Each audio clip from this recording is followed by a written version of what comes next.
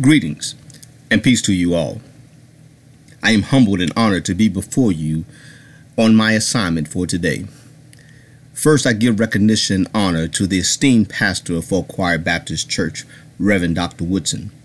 I give honor to the deacons and deaconesses, to the trustees, and to all the leaders of Fauquier and the members and friends. Thank you to the Jerry A. Allen Memorial Education and Scholarship Fund, and Deaconess Allen Bowles and all others on the coordinating ministry or who helped in any way, for allowing me to have this opportunity to share a message with you today.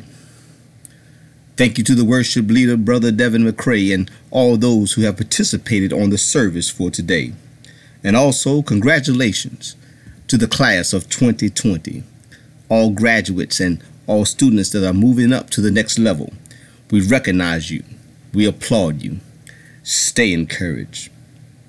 Without further ado, I would like to turn your attention to Isaiah chapter 60, verse 20.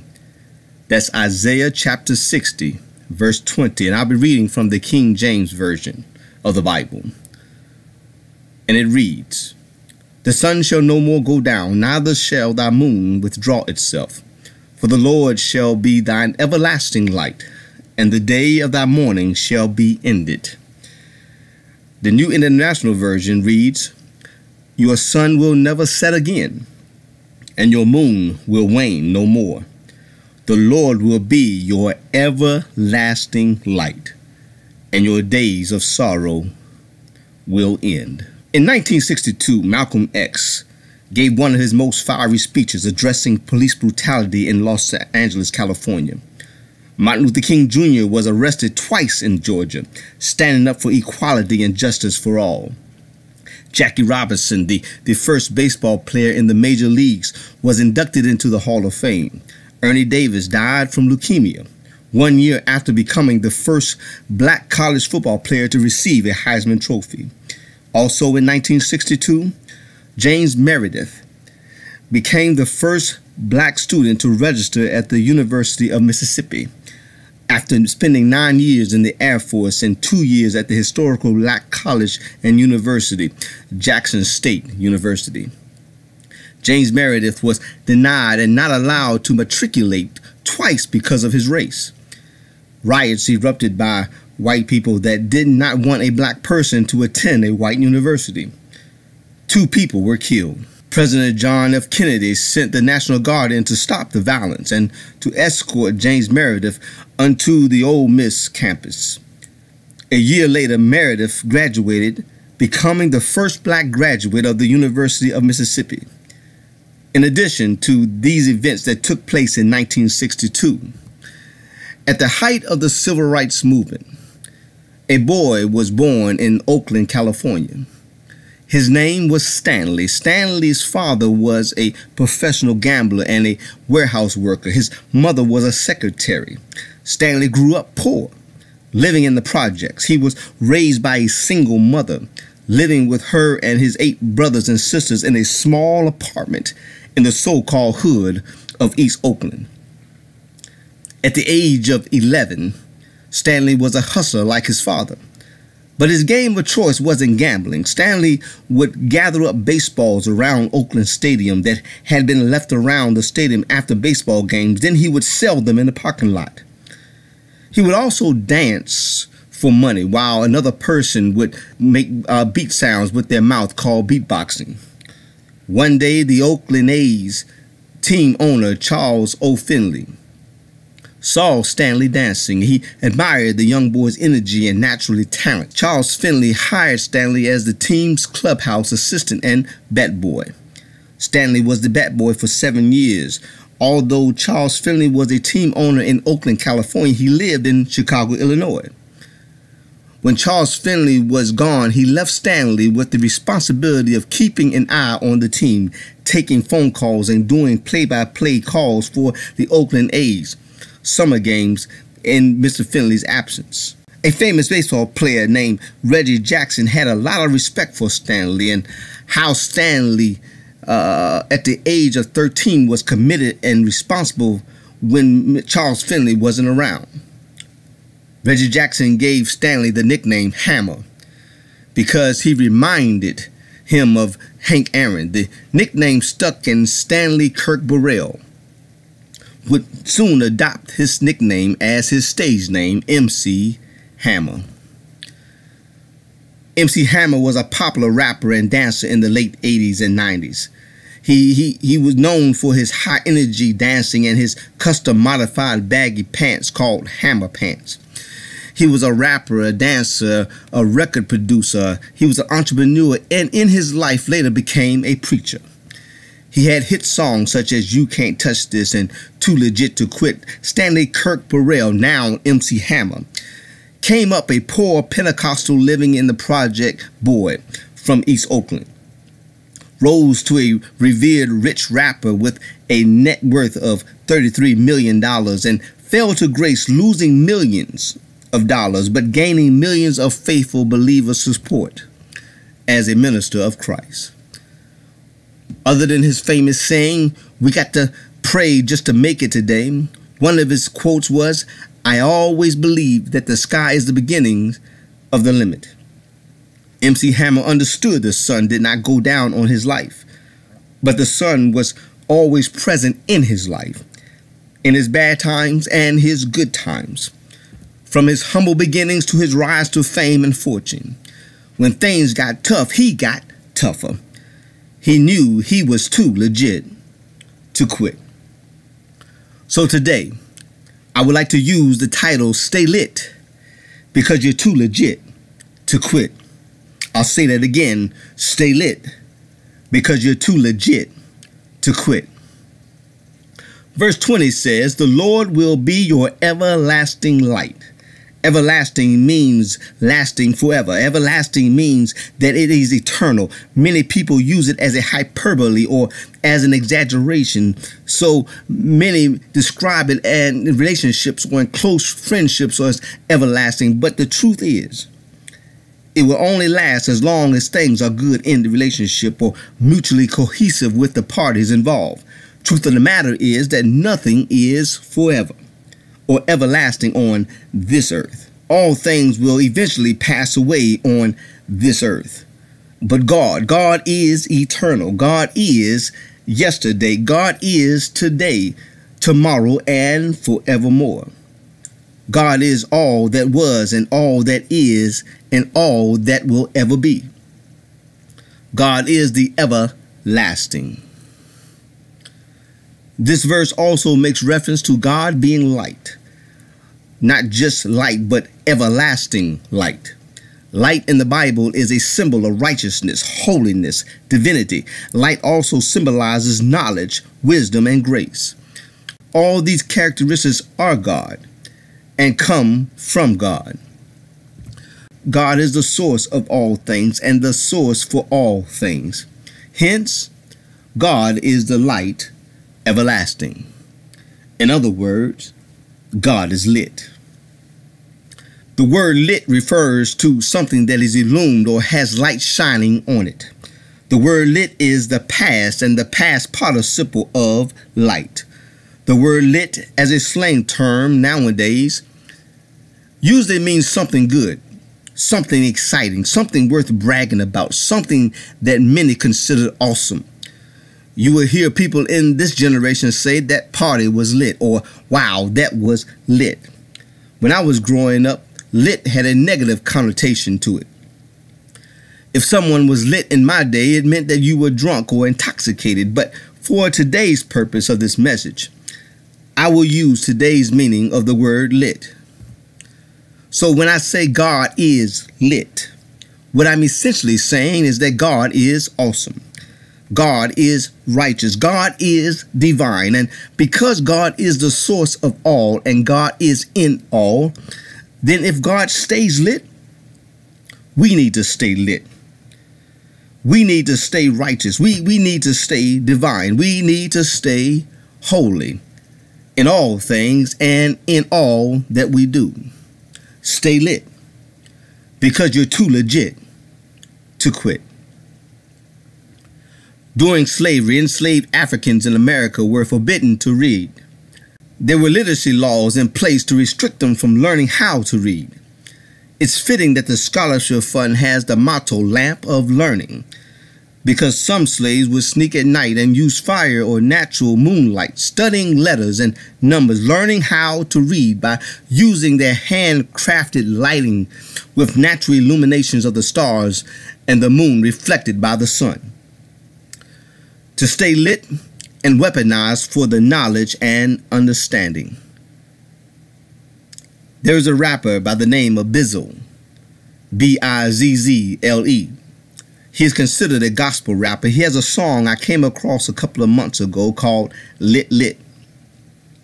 The beat is pretty catchy. The song has a nice hip-hop groove to it that when you listen to the music, you have no choice but to move to the beat. If you didn't know that he was a gospel rapper, you may not really hear and understand the lyrics. Some may just tune the music out altogether, like I did. If the hip-hop is not your thing or your genre. I took time one day to look at the lyrics to this song, Lit Lit. A few verses go like this. I try to play the game like there's no bleachers. You know it's me. I switch the flow and be my own feature. I know they see us, but they so afraid we gon' reach them. And when we do, ain't no telling what we gon' teach them. You knew what it was from the door, though. Boy, you see the Doug in my photo. Man, that's where I live, for sure, though. It's light work when I go, though. So everything, lit, lit, lit, lit. Everything, lit, lit, lit, lit. Everything, lit. In other words, it's all good. Romans 8:28 says, and we know that all things work together for good to those who love God, to those who are called according to his purpose. The bad times you experience, the horrible things you see from your vantage point is troublesome and chaotic, but from a different perspective, it's all good. One psalmist penned these words, the Lord is my shepherd and my salvation. Whom shall I fear? The last few months, things might not have appeared to be full of bright moments. Beginning with the COVID-19 pandemic and nationwide quarantine, mandated social distancing, government-issued banning of public gatherings and worship services, becoming the new normal. Schools closing, businesses shutting down, people losing their jobs. Now, many are struggling to keep their homes. Some are struggling to keep their jobs.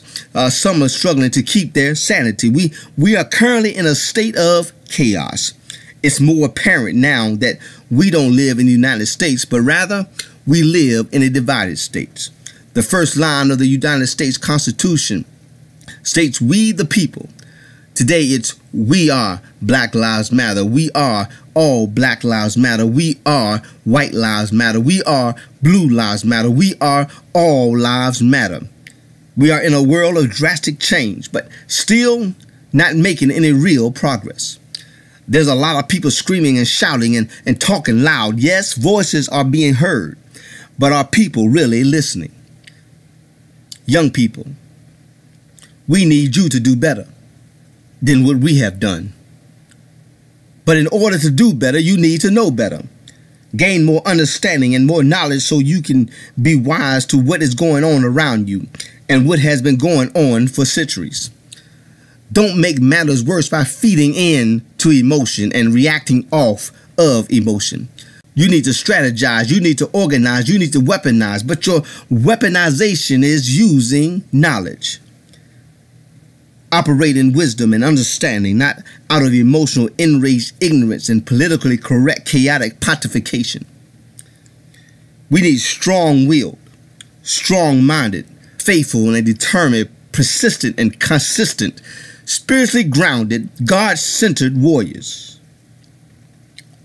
It's okay to get angry. It's necessary to stand up for your rights. It's vital that you not let anybody push you around, that you say it loud and you say it proud, that you're not going to take it anymore. But you must play chess, not checkers.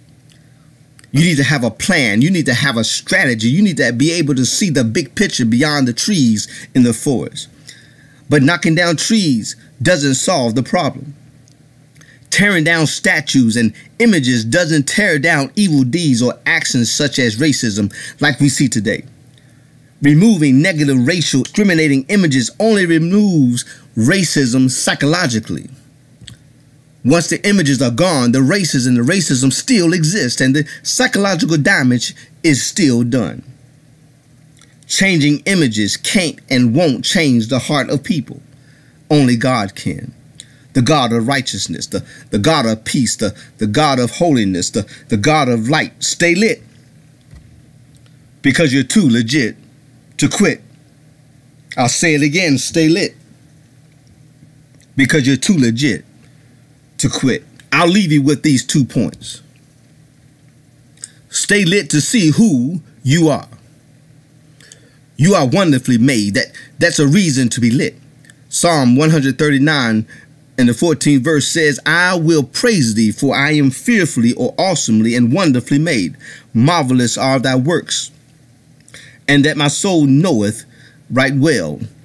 People may ask who you are, and we typically respond with descriptive terms or characteristics. That's not who you are.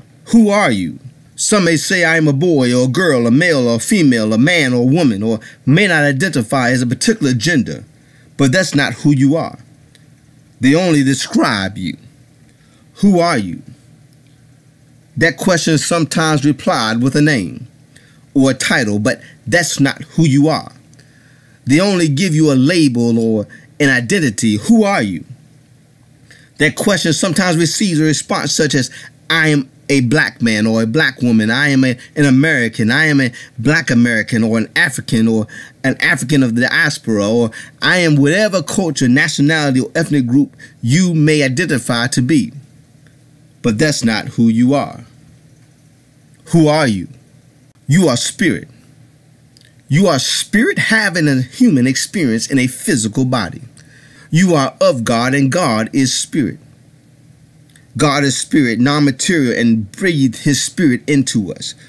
We are after God's likeness. We have inherited God's characteristics. Truth be told, if we didn't have mirrors or anything that reflects, we wouldn't even know what we look like. But yet we spend so much energy on how we look. But you need to know the true you. If you don't know who you are, you will become what others want you to be. Not only are you spirit, but you are spiritual because of the indwelling presence of the power of the Spirit of God in you. Our bodies and our souls are so accustomed to running things when we pray. The body and the soul or the mind becomes quiet. Your spirit has a chance to let you know spirit is there. You feel good about yourself because you are becoming reacquainted with your true self. You feel great inside. You feel like you have been renewed. You feel lit until the calamity of the existence of the evil forces comes upon you. Then you start trusting your mind or your soul, and you depend on the actions of your body out of frustration and anger instead of operating in the spirit. We have been trained from school age to adult age to trust and depend on our intellect instead of depending on our intuition. How can it be that spiritually birthed and generated beings are being led by the gratification of physical demands of the mind and the body instead of by spirit? We must realize that God is in us. Spirit is in us. God is lit. Stay lit because you're too legit to quit. The last point I will leave you with today. Stay lit to see what you are doing. Stay lit to see what you are doing. We are all going through our seasons, transitioning from one grade to another, moving up from middle school to high school, from high school to college or trade school, or obtaining a certification or joining a workforce, the military, public service, starting a family, retiring, or just starting another chapter in your life. No matter what season you are in, you will face some challenges. You will face some tough times. You will face some tough situations. You will have to make some tough decisions. You at times will feel attacked mentally, financially, physically, and even spiritually. To you, I say, stay lit. I encourage you to stay in the fight. Complete the race you have started. Finish the journey. While in school, stay in school and make it the best experience you can. If you are on your way to college, stick with it and complete it and make it the best that you can. If you are pursuing a job or career, stick with it and make it the best that you can. If you have a family or a good, wholesome, non-toxic relationship, stick with it and make it the best that you can. Expect the unexpected. Crisis will come, but remember Philippians 4:13 says, I can do all things. Problems will arise, but no weapon formed against you will prosper when you're walking in the light. Hardships and hard times will invade your life, but although you expect the crisis to rise up against you, God expects you to rise above the crisis. I'll say that again. Although you expect the crisis to rise up against you, God expects you to rise above the crisis. God is not interested in what you cannot do, only in what you will do. Just like the salesman on this car commercial says, don't tell me what you can't do, tell me what you can do. So I tell you today, stay lit, stay in the fight. You can't fight when you're crying and complaining. Stay lit, stay in the fight. You can't fight when you're using your energy to swim in pity and being a pessimist. Stay lit, stay in the fight. It's in chaos that you put things in order. Crisis is the time when you stand up, present yourself bold before the Lord. You are more than conquerors, said the Lord. Don't let people that mean you no good shape your mind. Learn how to think.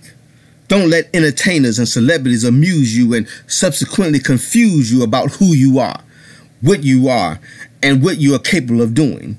Learn how to think. Don't let the media, CNN, MSNBC, Fox News, or the internet, Twitter, Instagram, Facebook, or whatever else is out there shape your views or shape your beliefs or shape your narrative or shape your worldview or shape your political view. Learn how to think. Don't get caught up in the one-sidedness or the biased agendas. Learn how to think.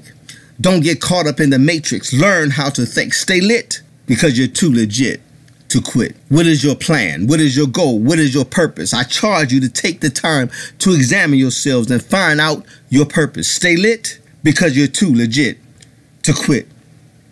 As I close, take time to make a plan to accomplish your goals. To live your life without a purpose is to live your life lifeless. I'll say that again. To live your life without a purpose is to live your life lifeless. As you determine who you are and what you are doing, stay lit so you can see what God has for you. And remember, when you know that God is light, then you know God is all and in all. You can cry out, pass me not, O gentle Savior. Hear my humble cry. When you know God is in you, you can be confident when you say, God is my protection. God is my all and all. God is my light in darkness. Oh, He is my all and all. God is the joy in the time of sorrow. God is my all and all. God is my today and my tomorrow. God is my all and all. God is the joy and the strength of my life. Removes all pain, misery, and strife. Promise to keep me, never to leave me, never ever come short of His word. I got to fast and pray, stay in the narrow way, keep my life clean every day. I want to go with Him when He comes back. I've come too far and I'll never turn back. God is my all and all. Stay lit because you're too legit to quit.